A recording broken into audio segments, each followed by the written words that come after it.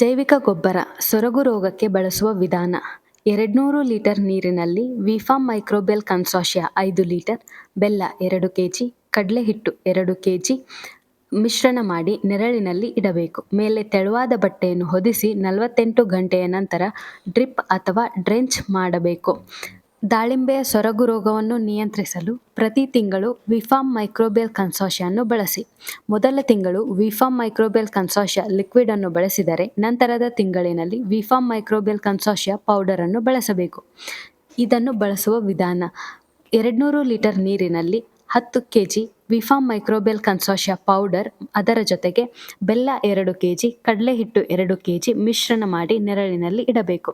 ಮೇಲೆ ತೆಳುವಾದ ಬಟ್ಟೆಯನ್ನು ಹೊದಿಸಿ 48 ಗಂಟೆಯ ನಂತರ ಡ್ರಿಪ್ ಅಥವಾ ಡ್ರೆಂಚ್ ಮಾಡಬೇಕು. ಮಣ್ಣಿನ ಗಾತ್ರ, ಬಣ್ಣ ಮತ್ತು ತೂಕವನ್ನು ಹೆಚ್ಚಿಸಲು ಜೈವಿಕ ಗೊಬ್ಬರ ಬಳಸುವ ವಿಧಾನ: ಕೆಎಂಬಿ ಮತ್ತು ಪಿಎಸ್ಬಿಯನ್ನು ತಲಾ 5 ಲೀಟರ್ 200 ಲೀಟರ್ ನೀರಿನಲ್ಲಿ ಮಿಶ್ರಣ ಮಾಡಿ ಅದಕ್ಕೆ ಬೆಲ್ಲ 2 ಕೆಜಿ, ಕಡಲೆ ಹಿಟ್ಟು 2 ಕೆಜಿ ಮಿಶ್ರಣ ಮಾಡಿ ನೆರಳಿನಲ್ಲಿ ಇಡಬೇಕು.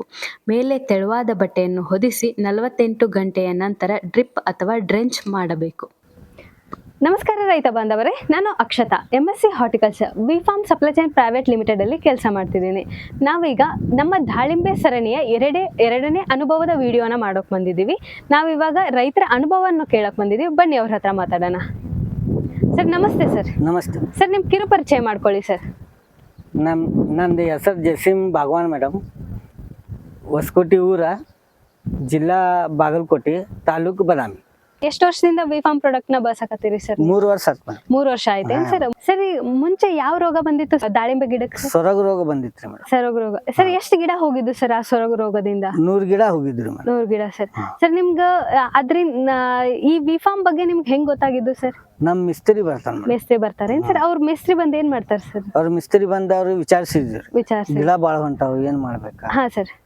ಹೋಗಿದ್ದು ಗಿಡ ಹಾದು. ಈಗ ಹಾ ಸರ್. ಮುಂದೆ ಹೋಗ್ಲಾರ್ದಂಗ ಇದು VMC ಹೇಳಿದ್ರಿ ಅವ್ರು. ಹೌದು ಸರ್. ಇದು VMC ಅಂದ್ರ ವಿಫಾರ್ಮ್ ಮೈಕ್ರೋಬಿಯಲ್ ಕನ್ಸಾರ್ಟಿಯಾ ಪೊಮೊಗ್ರಾನೇಟ್ ಸ್ಪೆಷಲ್ ಅಂತಾನೆ ನಾವು ರೆಡಿ ಮಾಡಿದೀವಿ ಸರ್. ಇದು ಸ್ಪೆಷಲಿ ಫಾರ್ ಪೊಮೊಗ್ರಾನೇಟ್ ಫಾರ್ಮರ್ಸಿಗೆ ಸರ್. ರೈತರ ಏನ್ ದಾಳಿಂಬೆ ಬೆಳೆ ಬೆಳಿತಿರ್ತಾರಲ್ಲ ಸರ್, ರೈತರ ಅವ್ರದ್ದು ಫಸ್ಟ್ ಏನಂತಂದ್ರೆ ಇದು ವಿಲ್ಟ್ ಅಂತ ಏನ್ ಸೊರಗು ರೋಗ ಬರ್ತೈತಲ್ಲ ಸರ್, ಇದೊಂದು ದೊಡ್ಡ ಡಿಸೀಸ್ ಆಗೈತೆ ಸರ್. ಒಂದ್ ಗಿಡ ಹೋತಾ ಅದರಿಂದ ಇನ್ನೊಂದು 10 ಗಿಡ ಹೋಗಕ್ ಸ್ಟಾರ್ಟ್ ಆಗ್ಬಿಡ್ತಾವ ಸರ್ ಹಿಂದಿಂದ. ಅದ್ರ ಸಲುವಾಗಿ ನಮ್ದು ವಿಫಾರ್ಮ್ ಕಂಪ್ನಿಲಿಂದ ಇದೊಂದು ರೆಡಿ ಮಾಡಿದೀವಿ ಸರ್ ನಾವು. ಸರ್, ಇದು VMC ನೀವು ಹೆಂಗ್ ಬಳಸ್ಕೊಂಡ್ರಿ ಸರ್ ನೀವು? ಇದು ಎಕರೆಕ 3 ಲೀಟರ್ 200 ಲೀಟರ್ ಬ್ಯಾರಲ್ ತಗೊಂಡಿನ್ರಿ, ನೀರ್ ಹಾಕಿನ್ರಿ. ಅದ್ರಾಗ ನೀರ್ ಹಾಕಿ 3 ಲೀಟರ್ VMC ಹಾಕಿನ್ರಿ.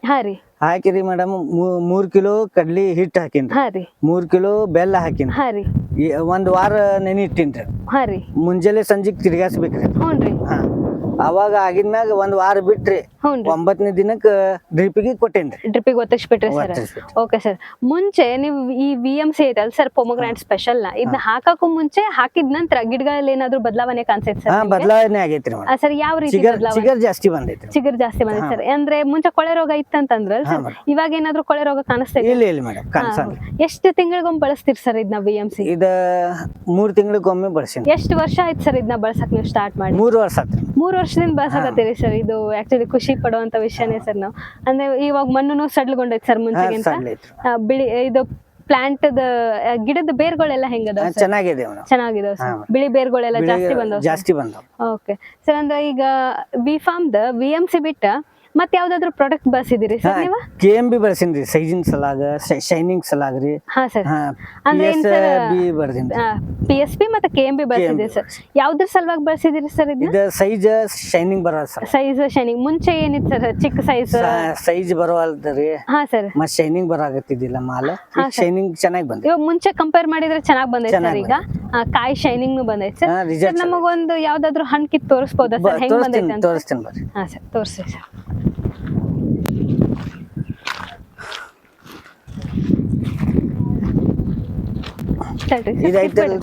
ಚೆನ್ನಾಗೈತೆ ಸರ್. ಕಿತ್ತಿ ಸರ್. ಕೆಂಪ ಐತಲ್ಲ ಸರ್ ಇದು ಕಾಳೆಲ್ಲ ಸರ್? ಚೆನ್ನಾಗಿ ಬಂದೈತೆ ಸರ್ ಆಕ್ಚುಲಿ ಸರ್. ಕೆಂಪ ಐತಲ್ಲ ಸರ್ ಇದು ಕಾಳು? ಎಲ್ಲ ಕಾಯಿನೂ ಹಿಂಗೆ ಅದಾವ? ಎಷ್ಟು ತಿಂಗಳ ಕಾಯಿ ಅದಾವ ಸರ್? ಈಗ 6 ತಿಂಗಳ ಸರ್. ಕಟಾವ್ ಮಾಡೋದು ಸರ್? ಈಗ ಇನ್ನ ಒಂದು 15 ದಿವಸ ಬಿಟ್ಟು 15 ದಿನಕ್ಕೆ ಸರ್. ಅವಾಗೆಲ್ಲ ಸೈಜ್ ಎಲ್ಲ ಚೆನ್ನಾಗಿ ಬಂದಿರ್ತೈತೆ ಸರ್. ಅವಾಗ ಚೆನ್ನಾಗಿ ಕೆಂಪು ಬಂದವ ಸರ್. ಈಗ ಹೆಚ್ಚಿನ ಮಾಹಿತಿಗಾಗಿ ಕೆಳಗೆ ಕಾಣಿಸುವ ನಂಬರ್ ಅನ್ನು ಸಂಪರ್ಕಿಸಿ. And please like, share and subscribe our channel for more information.